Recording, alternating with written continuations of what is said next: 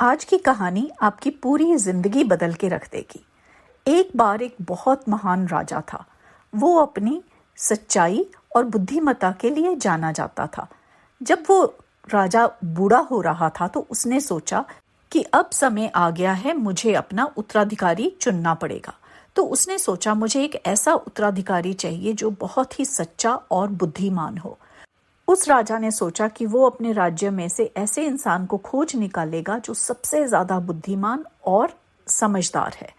राजा ने अपने राज्य के सब नौजवान युवकों को बुलाया और सबको एक एक बीज दिया और राजा ने कहा, इस बीज को ले जाओ और इस बीज को धरती में लगाओ, पानी दो और इसके जब पौधा निकल आए तो मुझे वापस लाके 1 साल के बाद दिखाओ। सारे नौजवान अपने अपने बीज को लेकर चले गए और उन्होंने उस बीज को धरती में लगाया, उसको पानी दिया और उसमें से पौधा निकलने का इंतजार करने लगे। जब 1 साल का समय खत्म होने लगा तो सब नौजवान अपने अपने पौधे लेके वापस राजमहल में आए। एक नौजवान ऐसा था जिसका पौधा बिल्कुल भी नहीं निकला था। राजा ने उसको जो बीज दिया था उसने जमीन में लगाया, उसको पानी दिया, उसका ध्यान रखा, लेकिन उसमें से पूरे साल में से कुछ भी नहीं निकला। तो वो बहुत उदास हो गया। वो राजमहल में नहीं जाना चाहता था।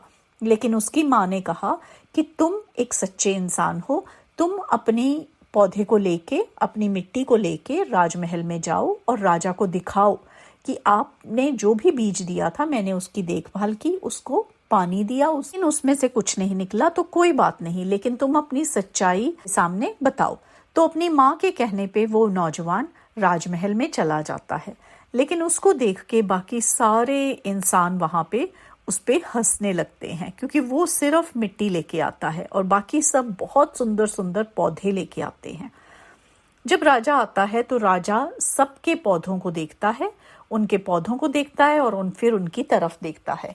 धीरे धीरे जब वो उस नौजवान के पास पहुंचता है तो वो नौजवान को देखता है और उसके मिट्टी को देखता है जिसमें से कोई पौधा नहीं निकला होता। वो नौजवान बहुत ही उदास मन से खड़ा था, लेकिन राजा ने उसको अपने पास बुलाया। राजा उसको सबसे आगे ले गया और वहां जाके उसने उस नौजवान का हाथ पकड़ के ऊपर कर दिया और सारे खड़े हुए नौजवानों को बताया कि ये आपका नया राजा है।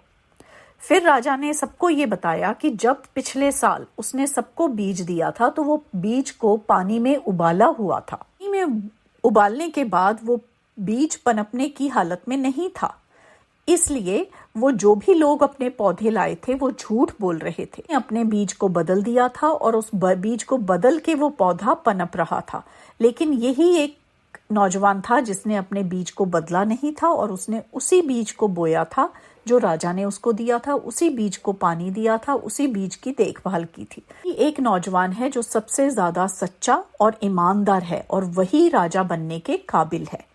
हमारी जिंदगी में भी यही होता है। हम बहुत जगह पे झूठ बोलते हैं, हमें लगता है शायद झूठ बोलने से हम अपना काम कर लेंगे, लेकिन जिंदगी में वही इंसान कामयाब होता है जो सच्चाई के रास्ते पे चलता है। अगर आप सच्चाई के रास्ते पे चलते हैं और अगर आपको मुश्किलें भी आती हैं रास्ते में, तब भी आपको सच्चाई की डगर नहीं छोड़नी चाहिए। आप सच्चाई पे रहेंगे तो आप कामयाब बनेंगे।